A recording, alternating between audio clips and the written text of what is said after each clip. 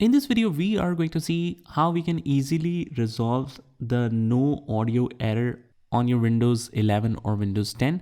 And if you check the audio driver, it says here, this device cannot start, code error is 10.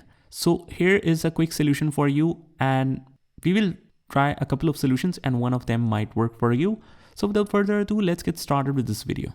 First of all, what we can do is just head over to the start menu and just right here, services, open this up. And here we just have to search for Windows Audio Service.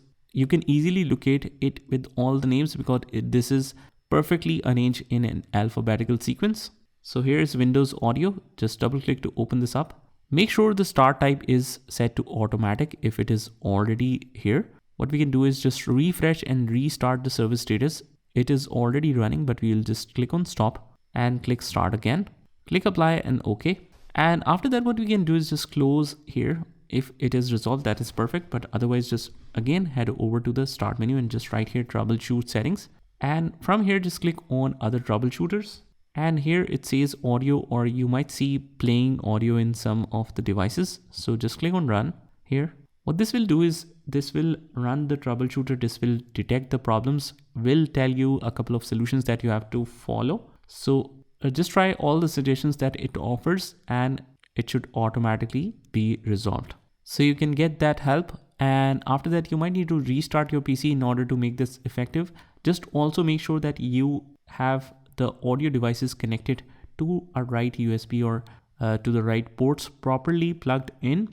And even if it is, sometimes what happens is some USBs are not properly supporting that or not working properly. Some people are also using USB hub controller. So in that case, just try plugging the audio device directly into your laptop and changing the USB port. So that might help. And what we can also do is just update the device driver.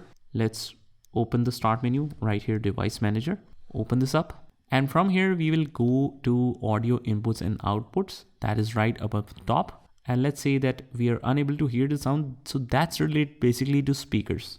Just right click here, click on update driver. From here, just click on browse my computer for drivers. It will automatically find a suitable driver for you. Select, let me pick from a list of available drivers on my computer. You can try both of the models. Any of one should work for you. So select that, click on next, click close. And after that, again, restart your computer. Also, you wanna turn your speakers off and then put it back on. And that should be it. I hope you found this video helpful, and if you did, hit the like button and subscribe to our channel, and I will see you in the next one.